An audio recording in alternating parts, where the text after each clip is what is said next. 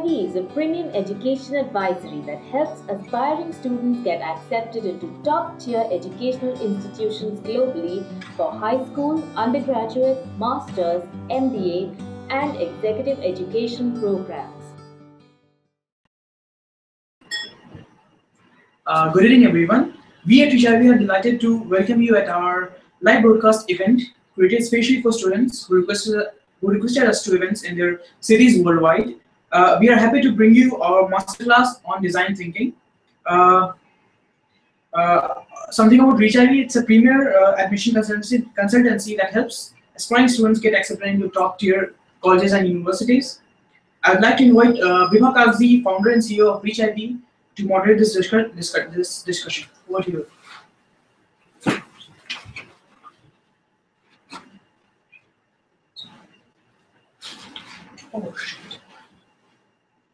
Good evening, everyone. It's a pleasure to be here with Professor Sudhir Bhatia. Professor Bhatia is the founder and creative director at bRnd Studio. He's completed his mechanical engineering and fine arts degree from the University of Rochester and has pursued industrial design at the Pratt Institute in New York.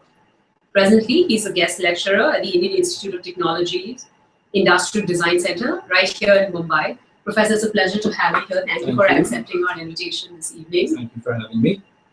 So the format of the evening will be, the professor will be conducting a mini workshop on design thinking, which I actually had the pleasure to do in the full format. So if you get an opportunity to register for his full workshop, here you're going to get just a little teaser sampler of the workshop, but I'm sure it'll add a lot of value to your stream, whatever it may be. Whether you're an entrepreneur or work in a larger company, you'll get some interesting nuggets of information here. So do listen in carefully. So I think we'll start with the presentation and then we can move to a little Q&A section. Okay, great. Screenshot.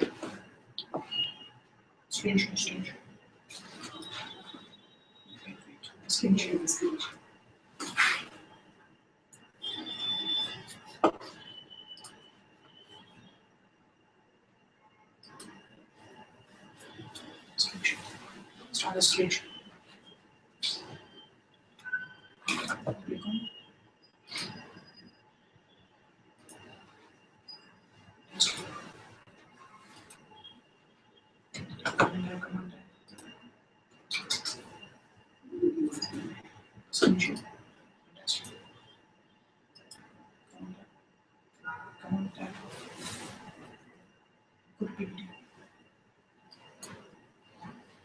Okay.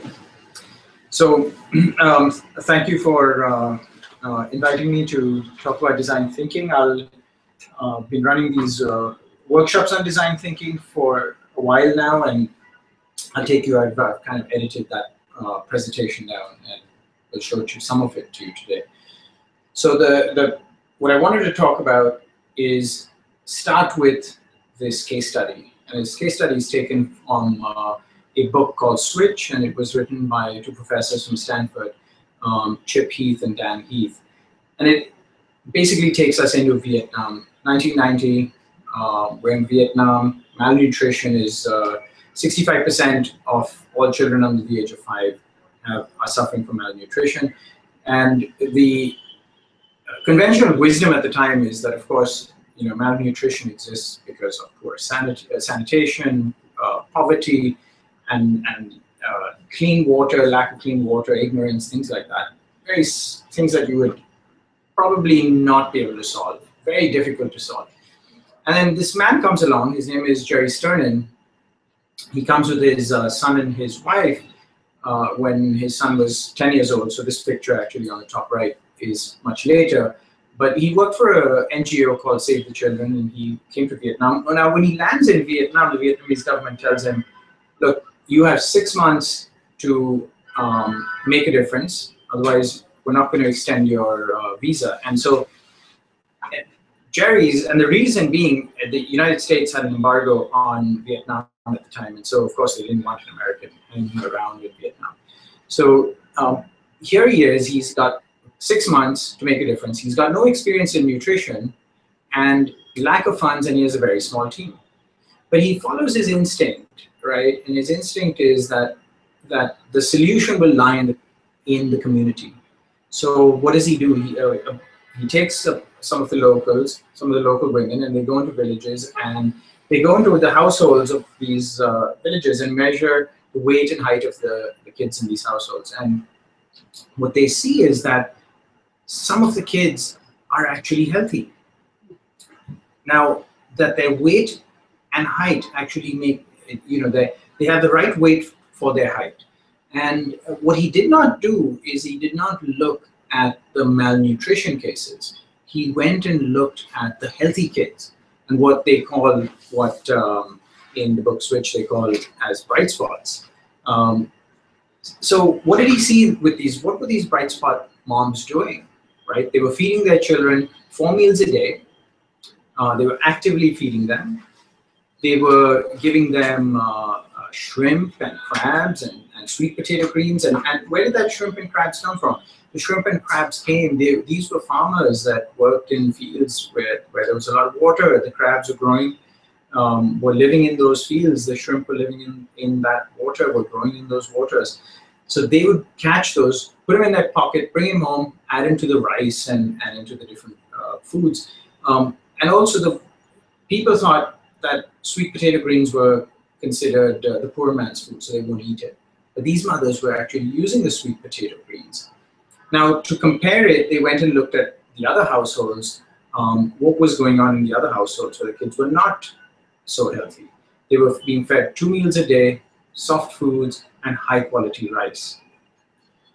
So his hypothesis was, if some of the kids can be healthy, then why can't all the kids be healthy? And he had this insight, a great insight, which was, after going into these houses and meeting the mothers, he said, these mothers don't need motivation. That's not what they're looking for. They need direction. So his solution could have been very simple. His solution could have just been a menu or a list of foods that they should feed their kids so their kids would be healthier. But that's not what he did. He held cooking classes. And the cooking classes were kind of like the design. That was the solution. He told the mothers to bring the ingredients. So this way they had to go and source the local ingredients. They had to go in the fields and find the shrimp and find the crabs and bring the sweet potato greens. And then one of the bright spot moms held kind of a cooking class in her house and taught the other moms how to make what she was doing and how to feed the kids, what she was doing. What they got out of it was they got hope. They realized that these solutions exist in their community and they're affordable, and they got to experience it. And the experience led to behavior change, which was 6 months later, when he was supposed to leave, 65% of the kids had better nutrition. And that program has touched a lot of villages, and at some point, I don't know if these figures come from today, but it's touched 2.2 million people in 265 villages. So what do we learn from this? And Dan and what the authors have written really well. They say he was not analyzing and then thinking and then designing. He was seeing, feeling, and then designing. What they really refer to is, instead of design, they had the word change. So analyze, think, and change. I just changed the word change to design. It's a see, feel, and design. You gotta feel it inside you when you design. So where does all this content come from? Who am I? What have I done? I used to work at a company called Symbol Technologies. I worked there for 12 years. I've been doing this kind of stuff for about over 20 years now. Consulted for Motorola, Microsoft, and BlackBerry. And I used to teach part-time at Pratt Institute in New York City, and then I just guest lecturer at IDC, IIT in Mumbai.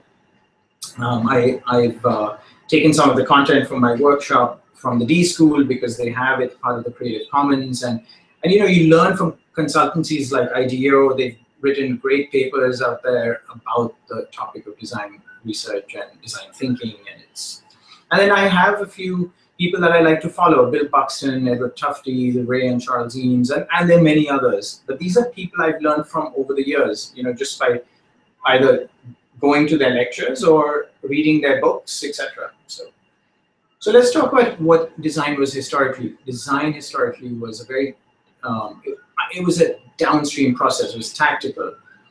Marketing would come up with an idea, it'd send it to the technology team, the engineers would pass it over to design and say, make it look pretty, and then they would hope for success. This is what it looked like. The designer would basically focus on form and function, and it was very good at the time when design, it was powerful for the industry. You know, designers made a huge difference in making products beautiful and very functional. It did its job. But where is it today? I see, and what my experience has been, is that it's kind of this Venn diagram now, where the designers are also doing one more step, and they're going into the context. They're going into the environment where the customers live, where the end users are, and they're gaining empathy. They're not giving up the craft. It's still, you need to be extremely talented, but you're also going to go and get and understand people's needs and behaviors. And somewhere in this Venn diagram at the center, see, there's innovation in every part of the organization. There's innovation coming from technology, there's innovation from the market, and from design and context. When you put all these three innovations together, that's where you get success. And success means differentiation and competitive advantage. So what does that look like? To me, and how I've experienced it, again, I can only refer to my experiences, it's a process. And it's a process where you learn what to ask. You go into the field, you do some primary research, you analyze it, come back, you create ideas, you test the ideas, you test them again, and you go through the cyclical process, and eventually when you have the idea pretty well vetted out is when you go to design execution. So what I've done is I've kind of, I run this workshop, and the D School at Stanford has run a similar workshop. And so when I was developing my workshop, I saw what they had done, and they've done it very nicely and packaged it in a very cohesive way, 5 phases. And so I'll take you through these 5 phases based on what I think they are and how I've experienced them. So the first phase, which is empathy building, and how do you build empathy? Okay, why do you build empathy? Because when you're designing, you want to know who you're designing for. You want to know what they do. You want to know the environment they work in. You want to see what the tangible objects they're interacting with. Because when you start looking at these things, you understand their behaviors. And you know, it's only when you're out there do you see these insights, and you're like, wow, okay, I get it. That's it. That's where the magic is. These are the things that lead to innovation. You engage and listen, because when you engage with people, when you go out in the field and you engage with people, that's when you know, you get a sense of what they're thinking, what their values and beliefs are, you know, and emotions. And the thing you have to be very careful of is that people don't always do what they say. So you have to be there observing, and you have to be pretty good about you know, taking notes, and there's a process to actually getting on the field. Another way that I've experienced, these are 2 students at Pratt, Jason Neufeld and Luis Well, yes. They did a project on they were trying to understand how it felt like, what was like the post phase of breaking your arm or a leg. And so what do? They actually went to the nurse at the university and asked her to bandage up their hands and their legs, and they lived like that for 10 days. And for 10 days, they cooked and cleaned and took the train and did their schoolwork, and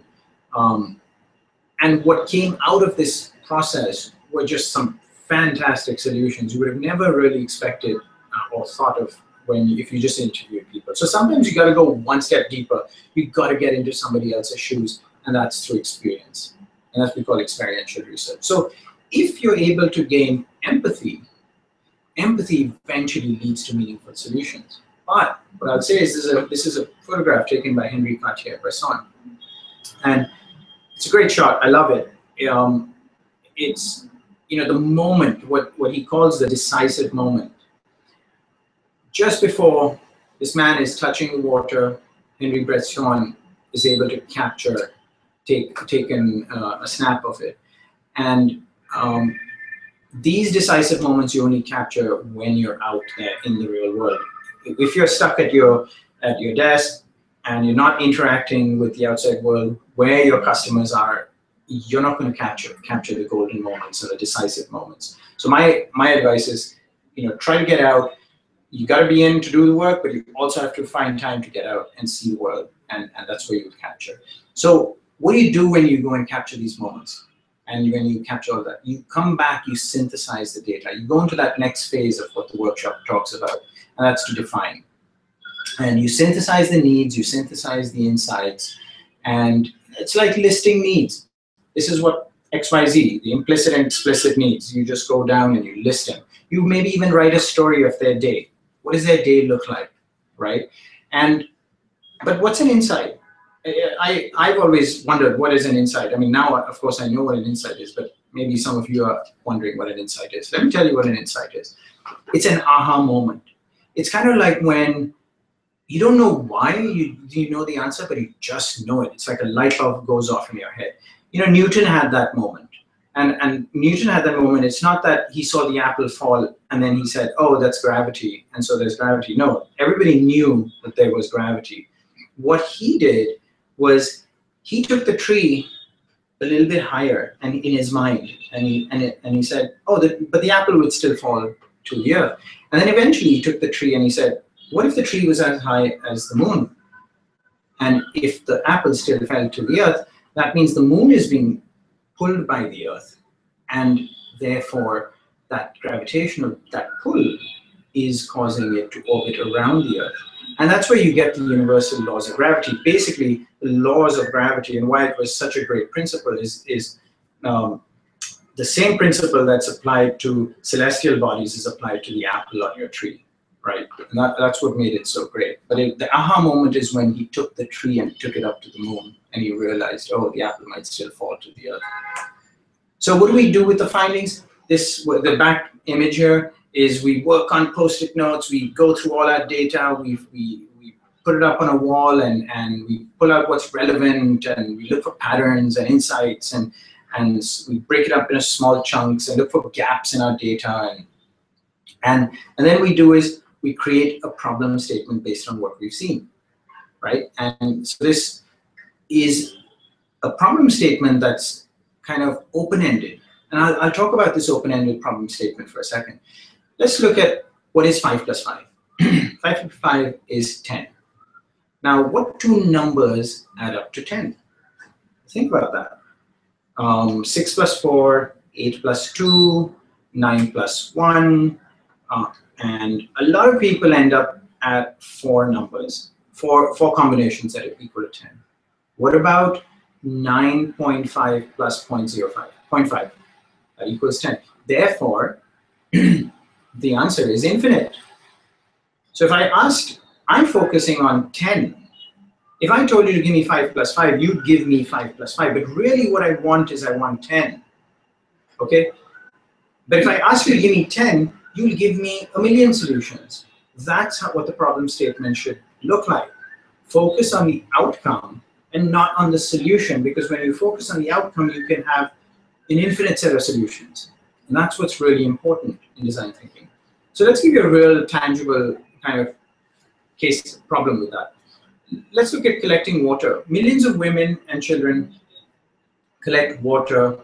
They collect 20 liters of water daily. Okay, you need about 20 liters of water to run a household. And that is equal in, if you look at the statistics out there, 152 million hours a day of labor just to move water from a well to your house, or from a river to your house, etc. And sometimes then these are dangerous if these women and children are not necessarily in the safest areas. So what if we were a manufacturer and we could make rotation molded big plastic pieces? So we tell our design department, we tell our engineering department, design us a bucket to transport water. What would they design? They design you a bucket, right? What if we reframed that and said, how might we design a sustainable solution to transport water hygienically with the least physical strain to the human body? Then you would be looking at multiple solutions, you'd be asking a lot of questions, and look what comes out of that. You get a product that was designed, and it's called the Hippo Roller. Now this product carries 90 liters of water. It takes, you need 20 liters for a day. Now you've got more than you're carrying 4 days of water right there. That means it's 4 less trips. So now you've empowered women. This thing's just rolling on the floor. You're not lifting it on your head. So women, children, all the elderly can use it. You're not getting long-term injuries, and it's hygienic, and it saves time. So, when it's, again, how do you position the problem statement, and what result you end up with? So we go to the next phase, which is the ideate phase. And the ideate phase, what we're looking for here is radical ideas. And what you want to do is start really wide. Go extremely wild with your ideas. Go beyond the obvious and try to get to the unexpected solutions. And the reason you go from defining your problem statement into ideating is because you want to, this is where the transition takes place. And I've seen a lot of people struggling with this transition because they have a good problem statement, but they don't know how to create solutions. It comes from practice. You just have to constantly keep practicing it, whether it's at the organization level or at an individual level. Go for volume. When you're ideating, you gotta just keep drawing, and visualize your stuff. It's not about validating at this point. It's just about creating, right? Yeah, I just wanted to put this out there because go beyond the obvious, right? What if we were developing a transportation solution that had to actually move, we had to transport goods. Then what if we took the shopping cart and attached it to the back of a bicycle? That's kind of out there. What if a bicycle just went around in a circle and it really was useless, So we want you to go above and beyond and out there. Because it's when you go out there, you never know if you're working in a group, in a team, and I'll just step back. If you're working in a team, somebody, and you put something so out of the box kind of idea out on the wall, somebody else could get inspired by it and could actually influence one of the more tangible and more practical ideas. So that's why you do this, especially when you're working in teams. So what is the next step? So you've ideated, you've created a whole bunch of ideas. You go into prototyping. And why do we prototype? Because again, now it's another transition point. We're transitioning from the exploration to physical form. And it's very important that you do this, again, rapid and fast and rough. You don't want these very rough finished prototypes because it takes too long and you're too much invested in the prototype, and then you don't know how to let go of the idea if it fails. So it's important that the ideas are rough and rapid to start with. And you want them to be interactive so that your customer can, or your customers or your teammates can actually touch it, feel it, and do something with it. And it should try to capture the experience. So let's look at what this rapid and rough looks like. So this is a great example that IDEO has worked on. Some of the designers at IDEO have worked on, and they were in a meeting with some surgeons, and they were talking about developing a piece of surgical equipment for ear, neck, throat kind of surgery. And the surgeon said, he kind of probably put his hands together and try to describe a type of a piece of equipment that he was looking for. And one of the designers quickly grabbed a Sharpie and a sharpener and a clip, and he took some Scotch tape and he taped it up. And right there, the 30-second prototype. And that conversation probably went to another level look at the result on the right is actually the finished product, and it's not that far off, right? So making quick rough prototypes are inexpensive and they're quick, and that's what, you don't mind failing, you don't mind throwing it away and starting again. You prototype to think, because thinking is really important. It's not about validating the solution. So to learn the behaviors, human behaviors. In UX, you can also prototype. There's no reason to be, you don't have to be a programmer. You can just sketch up the screenshots and take a little styrofoam piece, which looks like a mobile phone, and put it on top, and there you go. You can look at all your different screens. Just touch the paper. These are called paper prototypes. Touch the paper and pretend like it's working. So the next phase is, of course, now you have these prototypes in hand, and you want to go and test it. So how do we go and test it? It's very important. What I've learned is you don't get many chances when you go out and meet your customers, right? And they don't want you to waste. The last thing a customer wants is somebody coming in there and wasting their time. So be prepared. And the way you prepare yourself is have a good discussion guide, which means you practice it, you actually spend time, even so that you can glance at the discussion guide and not sit there reading, looking down at the piece of paper. You can have eye contact with your customer and not with your discussion guide. Because that's where you engage with your users and eventually you analyze. So when you get feedback, it's about having good conversations. It's those conversations that will lead to great stories, and through those stories you'll get the feelings and the emotions. And one of the tricks is to keep asking why. And if they ask you a question, you say why, and why did you do that? And they answer, and then you go ask them why again. You might ask why 5 times to get 5 layers deep. That's how you get some of those insights. And it's not about selling your idea. This is not about that, and it's not about defending your idea. Listen to what they have to say, and just watch what they're doing. And the most, I think, difficult fact is that you come out of these situations, out of these testing and these prototyping phases, and sometimes you come out of it and you say, that's not a good idea. Well, you got to be courageous enough to then discard that idea, put it aside, and start from scratch, because there's no point developing something that's not going to work, right? So, so to wrap up this great process, or the design thinking process, and the way nice little way that the D School has packaged it, is it's shown in a linear process, but that's not how you have to do it. You can execute, jump in at any point.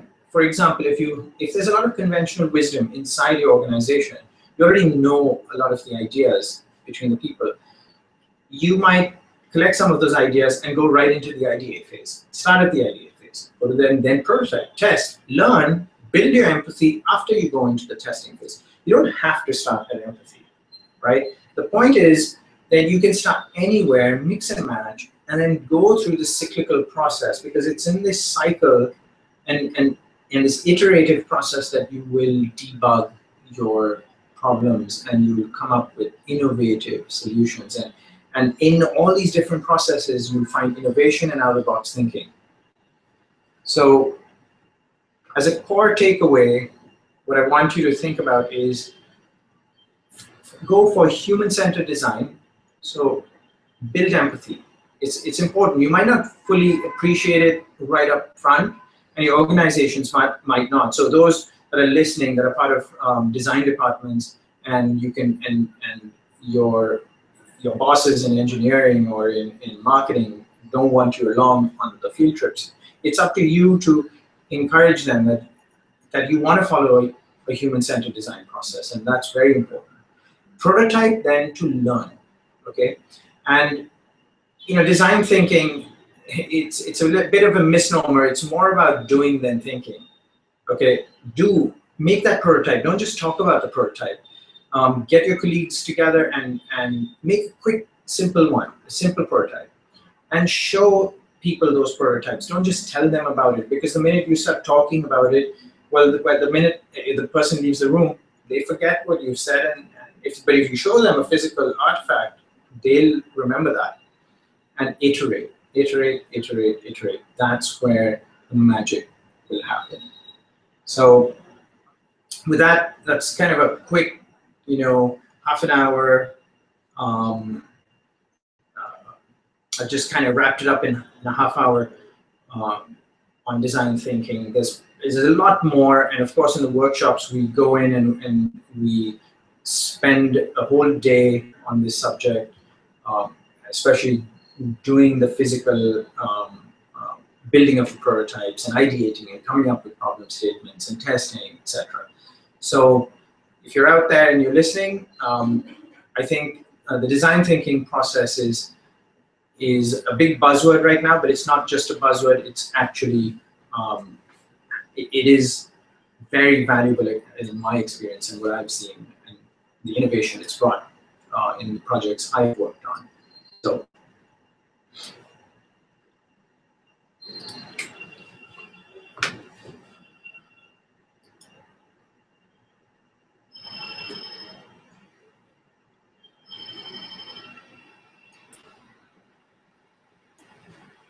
Okay, so thank you, Professor, for the mini workshop. I again urge everyone to take the full version of the workshop if you get an opportunity, because he explains each of the concepts in a lot more detail, and you actually get a chance to ideate and go through all the 5 phases that he spoke about with small groups. So I just want to go through a couple of questions based on the presentation. I didn't want to interrupt while you were actually conducting the session. So a few things, just to make sure I have the concepts really clear. So you talked about the observation and ideation phase. How long does one ideate for? Is there a number or a general sense? Because you can the ideation process, when we sit around here in the organization ideating, we need to know that, okay, we have a finite cutoff period. Otherwise, in organization, in a practical scenario, you can go on and on ideating. How many people do you involve in the ideation phase? Well, look, you always have constraints, and every project has constraints, right? Constraints of people, constraints of time, constraints of money. So nothing exists without constraints. So if the constraint is 2 days, then that's what you take. And you can actually prototype, and that's what the beauty of design thinking and this process is. We're saying make rapid prototypes, sketch a lot and quick, and make these prototypes really cheap. Don't spend a month making a refined model and then to learn that it fails. So even in 2 days, it's possible to pull a couple of ideas together and prototype them. And if you have more time, then what you get is it's not about you're just going to keep ideating and making more ideas. You build a set of ideas, and then you'll test them. So you'll be able to at least go through the iteration. That's what's important of having access. So it's an iterative process. It's the iteration. The time gives you the iteration. Okay. It's hard to say have 10 prototypes, have 20 prototypes, but what we do in the workshop is we always get to test and see how many sketches people have done, and it's very. You can tell there are some that will come up with 10 sketches, and then there are quite a few that just end up with 1 sketch. And they try to make that 1 sketch perfect in their first sketch. And that's not design thinking. What we want them to do is sketch something, move to the next idea, move to the next idea, move to the next idea, move to the next. And then later on, after you've got some level of discussion with your customer, pull your ideas together slowly. Don't just go for one, because the minute you start detailing one too much. Okay, so it's a filtration process. You want a wide filter, and then you want to sort of narrow it down. Absolutely. You start at the top of this funnel. Right. You start at the top of the funnel, and you slowly move down. And that time is dependent on project constraints, right? That's interesting, because it goes against what we've been tuned to doing. You don't want too many options to start with, because if you think of it as clutter, say, let me just focus on my 3 big options, and then so I'm just going to hone in on 3. I like a finite number when I start solving a problem. See, what I would say is if you're working in what I would call radical collaborative teams, if you're working in a team where there's, say, engineering, there's marketing, there's business, there's design, and somebody from the outside, you bring them in. And it's when each person throws out many ideas, we all feed off each other. Right. And if we have an environment where we don't put down people's ideas, we respect each other. So where we brainstorm and add value to somebody's idea versus cutting them down and saying, no, that won't work, and then just throw it aside. So there's a process to brainstorming, but these radical ideas and having many ideas on the table can inspire somebody else in the room because we're all coming with different perspectives. Right? So having many ideas is actually not a bad way to start. Eventually, yes, you do have to narrow it down. I mean, you can't have a lot of ideas. So that was actually my next question. Like, who in your team is actually responsible? Like, who's in this team? Who's responsible for coming up with the idea? You were saying, oh, bring the business guy, bring the engineer, bring the finance guy in, bring them all in, and then have a collaborative sort of brainstorming session? Yeah, well, no. So the idea might come from a customer. Okay. The idea might come from, it might be top down. So it might come from the CEO. And he wants to work on something that he thinks is great. Right. The idea might come from just some grassroots kind of research that you've been doing on the field. And you've been at customer sites and you see, oh, there's a need for something like that. Right. And you have an R&D department that can kind of have a few, has a budget, who can work and develop the idea. The reason you bring in all these different factions is because you want different perspectives. Because if you bring all designers into the room, then it's a bit limited. But if you bring the marketing and the design and the engineer and manufacturing or somebody who's outside even the problem development phase, they will bring different perspectives that will just make it'll make the brainstorming that much richer. Okay. So and that's kind of how I would say would lead to eventually lead. But again, it takes practice to run successful brainstorming sessions. Take practice. It needs a mindset shift, because you typically say, oh, this is marketing and this is finance and this is sales, and you're not going to typically in a traditional organization have an overlap of the function or even let the people interact unless they have to. Yeah, and that's the old thing. If you remember, I showed you the silo base, and that's when we say marketing says to engineering here, and they throw over some concept and they say, we want you to tell us if we can build it. Then engineering will throw to design and say, here we've got the basic idea now put a skin on it. And typically what will come out at the other end will not be what maybe they have in mind. And the chance of success in that formula is not as high as success when you're able to get an A team together. So management has to look at the team structure and has to look at the individuals who they can pull together, who are good collaborators, who are curious people, who are willing to take the risk. Because some of innovation is risk-taking. You can't just innovate if you're just going to follow yesterday's success, right? You're not going to break out of it. Sure. Okay. And then you spoke about the prototyping, where you showed 2 examples. So one was the ideal prototype, and then you showed us one with the user interface, some sort of images of a mobile phone. So both of them are more product in this one, right? Yes. Do you recommend, or can one actually prototype in terms of business processes even, where it's not a tangible outcome, but just this is a concept or like a way of doing things? So well, let's say there are many kinds of prototypes. You can also develop what's called a service prototype. Okay. And a service prototype is kind of, you body storm the prototype, you act it out. You'd act out the whole service.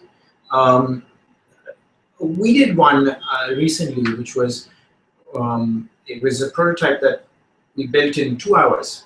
Okay. It was just like us standing in front of a stop motion, and we took placards in front and we introduced players. So because in any service there are players, there are actors, there are people who are in part of this service.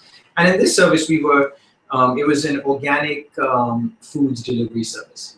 So then there was the organic seller, and then there was the organic buyer, and so we kind of put them into this stop motion film, and a 2-minute film that we took photographs and of all the different scenes, clipped them together, put some music in the back, and you played it, and you could actually get a sense of what the service looks like. Now, if it was say it was a piece of software, yeah, and what I recently built an ERP system. So I was in the States for 22 years, and then I came back to India. The first thing I did was build an ERP system, and I worked on this with a software engineer. Now, I hadn't been in India for 22 years. I mean, I'd been visiting India, but I hadn't actually worked in India. So what did I know about the Indian work ethics and the actual business process? But what I did is I went into a couple of companies, and I interviewed every single individual through the supply chain. Okay. And it was a supply chain piece of software, right? So I interviewed everybody, and then what I did is I mapped a visual map. I physically mapped on a 7-foot piece of paper all the steps, all the people, their names, and what decisions they were going through, and I created this flowchart. Now, it looks like a basic flowchart of how the software would work, or how the business process works, and then we mapped the software to this. But what I gained from that process was I learned the pain they were going through, and I got empathetic. That's where the empathy came from. Sure. And the empathy then stayed in my mind, so when I was arguing with the software engineer about little features in the software that should or should not be there, I was able to bring those real life people to the discussion and talk about them as real humans, and not just say, well, I think this is, because the minute the marketing or the designer says, I think, it's dead. You're not going to win that battle. The minute you say customer, but you actually give the customer a name, it's a whole different discussion. Okay, so obviously this is a very fascinating field, and for a lot of the viewers, they actually might be considering careers in either advertising or marketing or design thinking or operations, etc.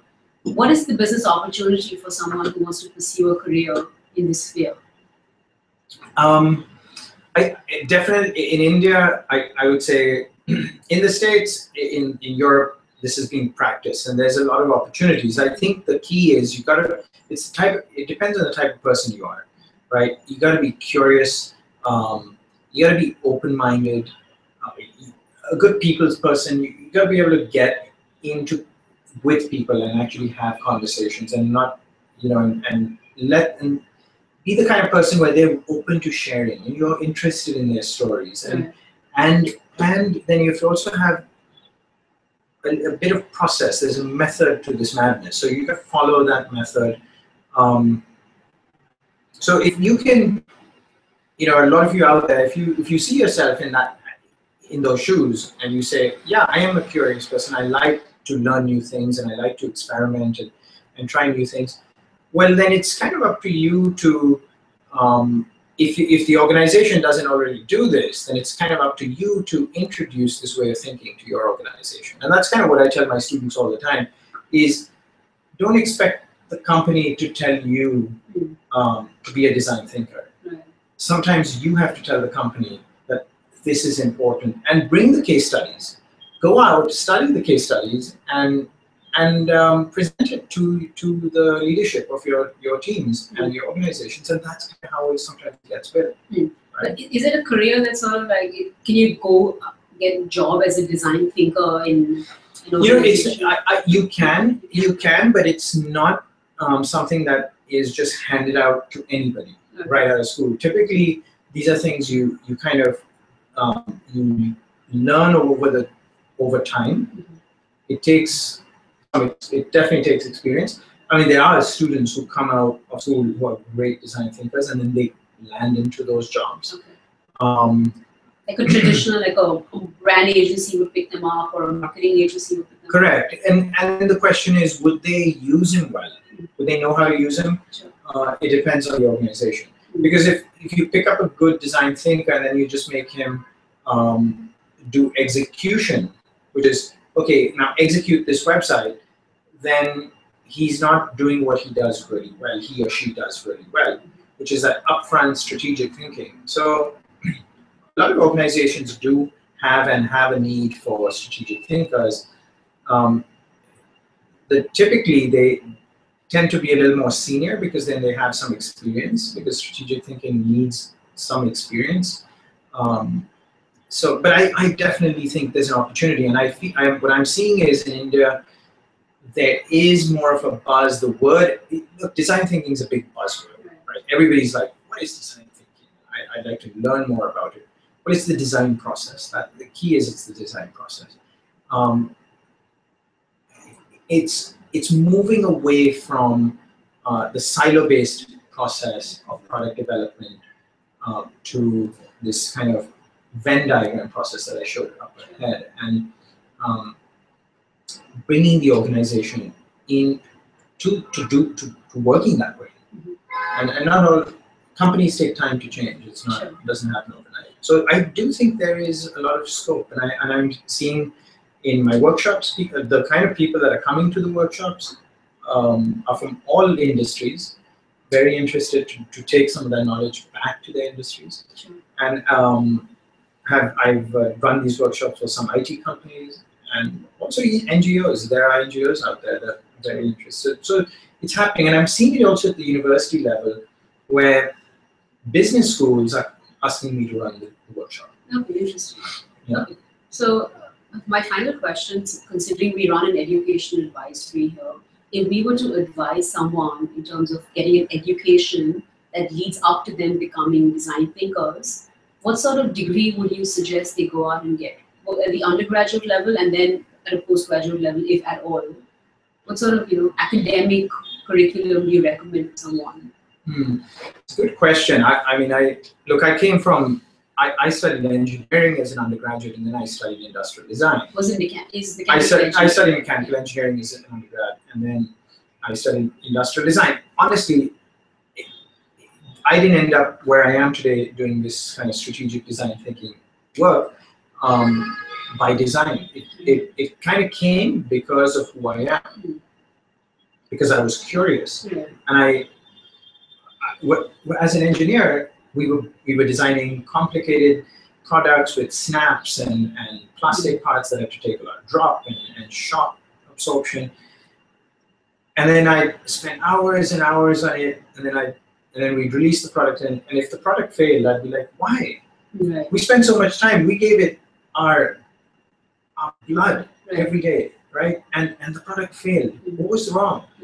Or we didn't really understand the customer. So I just kind of kept asking why, and that asking why took me to a point where today, to eventually being the director of design research at Symbol Technologies, which kind of was the platform that I had to really learn this stuff, because it wasn't really, it was taught in school a little bit, but I'd say a lot of my learnings came from practice and the mentors I had. Sure. Were looking at what the industry was doing. So I'd say definitely the industrial design, UX design, those are a couple of areas where you can talk about design thinking and practice it day to day. I see schools like the D School are also very nice and bring in disciplines from all across the organization, from the university to collaborate and come up with design. So there you get to experience a team where there's somebody from the business school, somebody from the design school, and they collaborate. So I think, I don't know, I see even technology. I come from the technology space, so I'd say some of the technology schools Carnegie Mellon's great, as you would know, from a tech standpoint, especially from a UX standpoint. They're doing really cutting edge things. So every time you're doing this cutting edge work, sometimes there's the theory, there's the craft behind it, which you have to be really good at. Right. And then there's the contextual part. And you just have to find the right school that's going to bring you theory and context. Right. And the programs that allow for that. And I found actually in the US, studying in the US was, what was fantastic about studying in the US was that I could take, I studied actually mechanical engineering and fine art. I did sculpture and painting as my undergraduate.